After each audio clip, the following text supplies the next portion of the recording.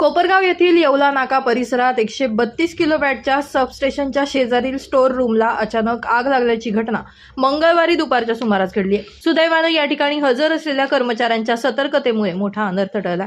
आग लागल्याचे लक्षात येताच तात्काळ वीज पुरवठा बंद करण्यात आला.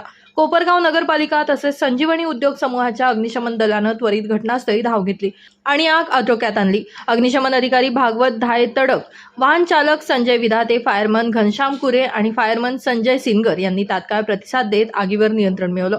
कर्मचाऱ्यांनी दाखवलेल्या तत्परतेमुळे आग मोठ्या प्रमाणात पसरली नाही, यामुळे मोठं नुकसान टळलंय. घटनेनंतर काही भागातील वीज पुरवठा तात्काळ बंद करण्यात आला होता.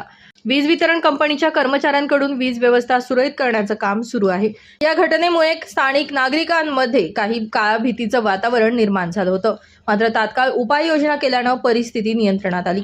या आगीच्या घटनेमागील नेमकं कारण अद्याप स्पष्ट झालेलं नाहीये. प्रशासनानं घटनेचा सखोल तपास सुरू केला असून सुरक्षेच्या दृष्टीनं आवश्यक उपाययोजना केल्या जात आहेत.